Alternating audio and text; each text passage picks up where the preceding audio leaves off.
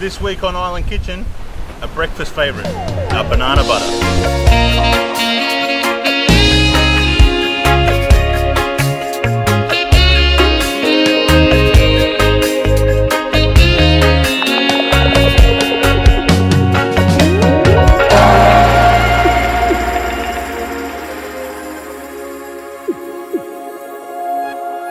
Hey guys, welcome back to Island Kitchen. Today, we're going to make one of my favourite breakfast spreads, our Island Kitchen banana butter. We actually call it our monkey butter on the island.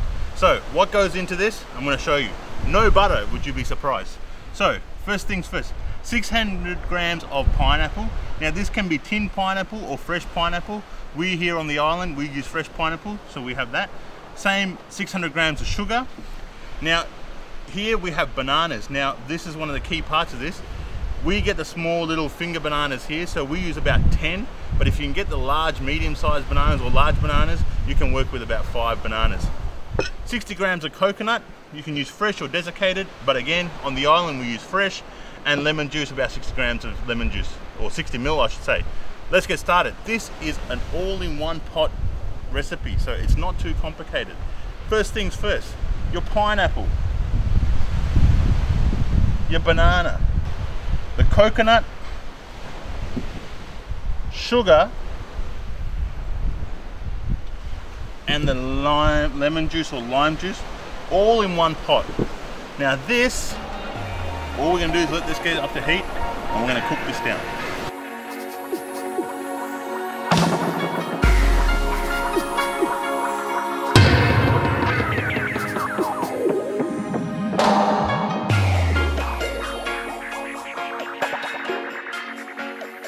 Probably a good 3/4 of the way in. Our bananas are getting nice and soft. The sugar is starting to boil, so that's perfect. And that consistency is exactly what we're looking for. We're looking for that nice, thick, chunky, glossy consistency, as you can see here. But this is, like I said, about 3/4 of the way through.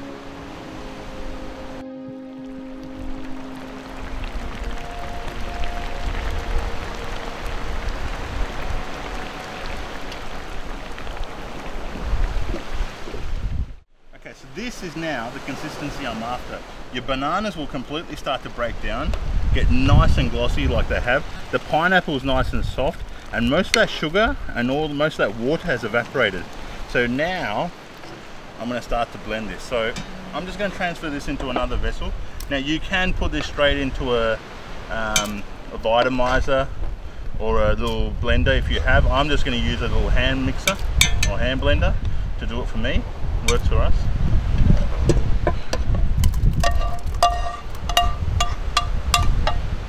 Okay.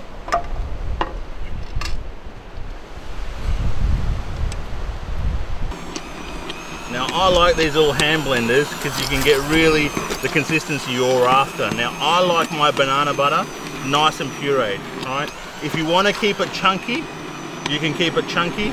If you want to keep it nice and really fine pureed, you can keep it nearly nice and pureed. What I find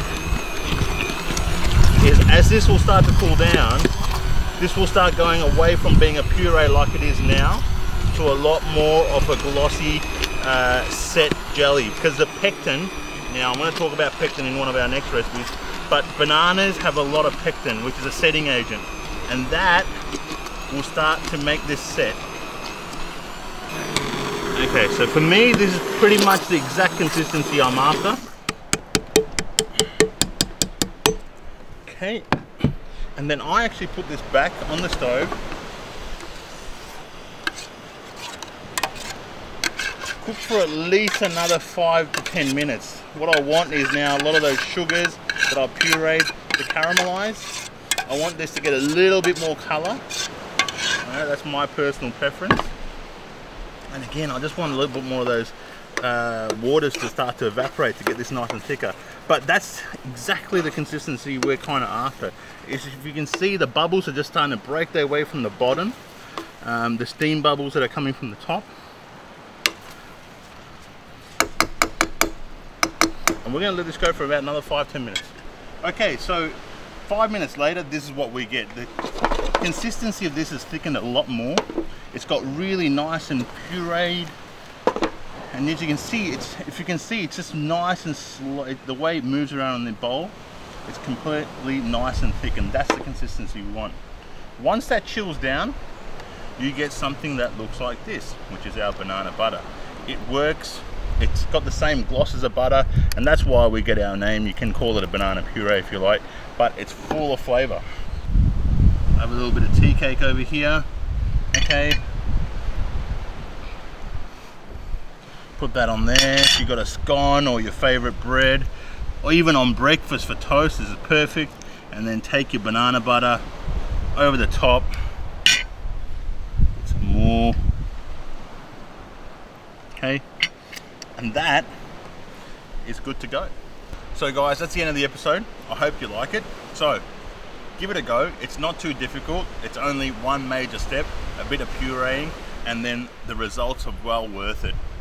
Don't forget to like, subscribe and follow. We're on Facebook, Tumblr, Twitter and YouTube. So we're everywhere. Have a look at where we are. Have a go at this recipe, and we'll be back next week with another recipe on Island Kitchen. See you next time.